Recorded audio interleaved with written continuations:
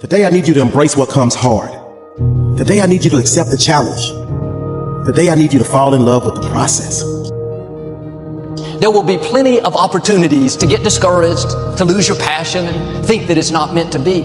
But if you're going to reach your destiny, you have to have a made-up mind. If you give up after the first time, or the 5th time, or the 30th time, what that really means is you didn't want it bad enough. There should be something you're believing for that you are relentless. You are not moved by how impossible it looks. You're not discouraged by how long it's taking. You don't give up because people told you no. Your attitude is, if I have to believe my whole life, I'm not going to stop believing. I'm not going to take no for an answer. I'm not going to settle for mediocrity. I'm going to keep pursuing what put in my heart. And ask ourselves, what do I really want? What do I really want? And write it down. Writing causes thinking. Thinking creates an image. And you get these images going, you're building a vision in your mind. It's the visionaries that changed the world. Think of them. But what keeps that competitive edge, what keeps you on top, is the ability to think and prepare mentally over and over and over again. The body has limitations, the mind does not. We focus so much on what goes on from the neck down that we forget it all starts from here. Everything starts from there. If you're not mentally ready, you're never really physically prepared. And that's where the preparation starts. What would your life be like as you look toward the future if you decided, I'm not going to allow my fears to stop me? And I'm saying to you, whatever you got to do it, because if you don't, life is going to whoop you until you surrender. So when you're young and you make mistakes, don't let them eat you up. Because everybody that done made it. You got to fail in order to win. Hey, look, man, to understand how to hit the game-winning shot, you got to miss the game-winning shot. You know, you got to be tough because the road to success is always under construction. It's never a clear path to success. The people who become successful are the people who have a relentless attitude. And you just got to hang in there through the bad breaks, because the bad breaks is coming, but they usually come right before the big break is about to happen. You get a series of bad breaks and it stumbles up a lot of people. My life and my success is to say to anyone, you can stumble, you can fall, you can get back up again. No matter what you face, no matter how bad it is going to be, when there is a challenge, and by a challenge I mean anything in life, any challenge, anything that you're facing, the only way to overcome the challenges that you face is to start walking. Take that step every day, no matter what you are facing. Get up and start walking. I have the ability to see the end before the beginning even begins. And what that means is I know that to get to the very end, I can see it right now. So before I went to Buds and I was losing all this weight, I saw myself walking across the stage at 191 pounds. That's where I had to get to get into the door. I saw myself 6 months, a year later, whatever's gonna take me to do it. I saw myself walking across that stage, getting that certificate of graduation from Buds. And I was able to be there at 300 pounds. And that feeling, that I was nowhere near that feeling, I was able to put myself there 1,000,000 times every day. And that feeling of like, my God, that is gonna feel amazing. That's what made me suffer. That's what allowed the pain to be real and say, this is worth it. I want to feel for this next 18 months. It took me 18 months to finally become a Navy SEAL, to finally, just get through Buds. 18 months, it's 6 months. It took me 18. That's what woke me up every morning, was I'm gonna put myself through this much pain and suffering for a few seconds. That's all it is. A few seconds of joy. It's so worth it, man. That's what people don't get. So I'm able to put myself at the finish line, even though I have no finish line, but at the finish line of an event before I even start the and say, how are you going to feel at the end of this? Visualizing is my biggest tool of life. That's why I've been able to put myself in cold water, put myself in a 100-mile race millions of times before I've done it. And I'm able to go through the race and see how I'm going to feel at mile 50. Almost to the exact exact feeling. Right, so when it comes up, it's no surprise. It's no surprise. I've already done this a million times. I recommended the last time I was here, the little book, Richest Man in Babylon. I said, I've lectured now to over 3 million people. Guess how many have actually gone and got this little book?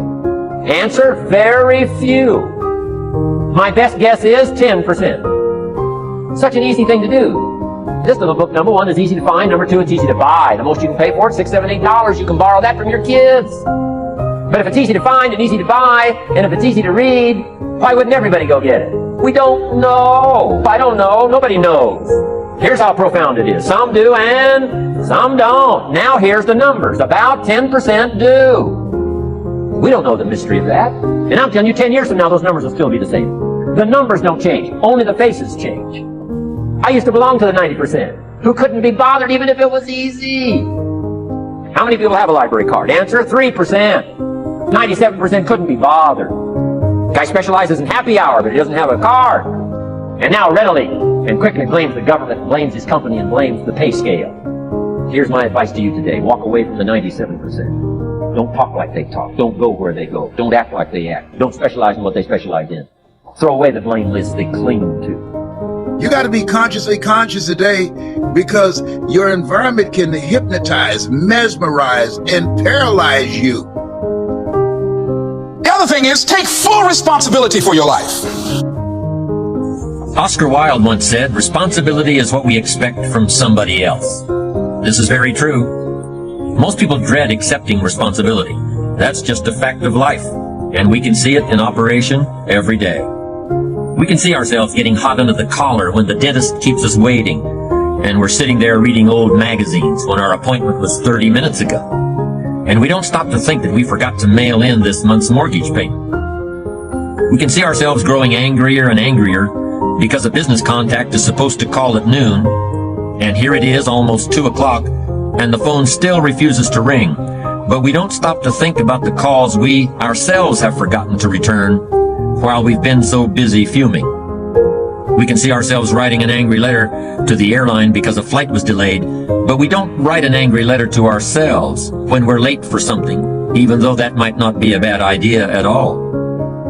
Yes, we can see avoidance of responsibility all the time in both our personal and professional lives. And here's something else we can see just as often. We can see that most people aren't as successful as they wish they were. Do you see there's a connection between these two very common phenomena? I certainly do, and by the end of this session, I hope you'll agree with me. I hope you'll understand that it's in your best interests to take responsibility for everything you do. But that's only the beginning. I'm also going to suggest that many times it's even best to accept responsibility for the mistakes of others, especially when you're in a managerial or leadership role. I can hear you saying, what? Accept responsibility for someone else's mess-ups? Why would I want to do something like that? Well, that's a fair enough question, and over the next few minutes, I'll try to answer it. One of my weak points in my personal life is I don't like technical stuff. So even though I have to be on Twitter and Instagram and Facebook, I don't care for that. So guess what? I find somebody who loves to do that. You know, I find somebody who has a strength where I will have a weakness, and I partner with them. All you're trying to do is get to the goal. No one gets there by themselves. Everybody needs help. Now, when you know what you got going for you, be confident, not cocky. Managing your strengths, knowing what they are, and don't let nobody talk you out of it. And that gets you fight ready. You get fight ready like that. You got to know you. Helps you develop your skills. All the while, you're developing your strength. You just got to keep developing the strength. Don't let anybody talk you up. At the same time, you must work on improving your weaknesses. So I've had to, in spite of myself, get on Instagram, get on Twitter, get on Facebook. I got to do the videos whether I want to or not, because the world is moving to social media. If I had as many followers as Kim Kardashian, I probably wouldn't even have to do this TV show. During the years when professional basketball was just beginning to become really popular, Bill Russell, who played center for the Boston Celtics, was one of the greatest players in the pro league. He was especially known for his rebounding and his defensive skills. But like a lot of very tall centers, Russell was never much of a free throw shooter. His free throw percentage was quite a bit below average, in fact. But this low percentage didn't really give a clear picture of Russell's ability as an athlete. And in one game, he gave a very convincing demonstration of this. It was the final game of a championship series between Boston and the Los Angeles Lakers. With about 12 seconds left to play, the Lakers were behind by 1 point, and Boston had the ball. It was obvious that the Lakers would have to foul one of Boston's players in order to get the ball back. And they chose to foul Bill Russell. This was a perfectly logical choice, since statistically, Russell was the worst free throw shooter on the court at that moment. If he missed the shot, the Lakers would probably get the ball back, and they'd still have enough time to try to win the game. But if Russell made his first free throw, the Lakers' chances would be seriously diminished, and if he made both shots, the game would essentially be over. Bill Russell had a very peculiar style of shooting free throws. Today, no self-respecting basketball player anywhere in America would attempt it. Aside from the question of whether it's an effective way to shoot a basket, it just looked too ridiculous. Whenever he had to shoot a free throw, the 6'11" Russell would start off holding the ball in both hands about waist high. Then he'd squat down, and as he straightened up, he'd let go of the ball. It looked like he was trying to throw a bucket of dirt over a wall. But regardless of how he looked, as soon as Bill Russell was fouled, he knew the Celtics were going to win the game. He was absolutely certain of it. Because in a situation like this, statistics and percentages mean nothing. There was a much more important factor at work, something that no one has found a way to express in numbers and decimal points. Simply put, Bill Russell was a player who wanted to take responsibility for the success or failure of his team. He wanted the weight on his shoulders in a situation like this. No possibility for excuses, no possibility of blaming anyone else if the game was lost, no second guessing. Bill Russell wanted the ball in his own hands and nobody else's. And like magic, even if he'd missed every free throw he'd ever shot in his life before this, he knew he was going to make this one. And that is exactly what happened. That is what virtually always happens when a man or woman accepts responsibility eagerly and with confidence.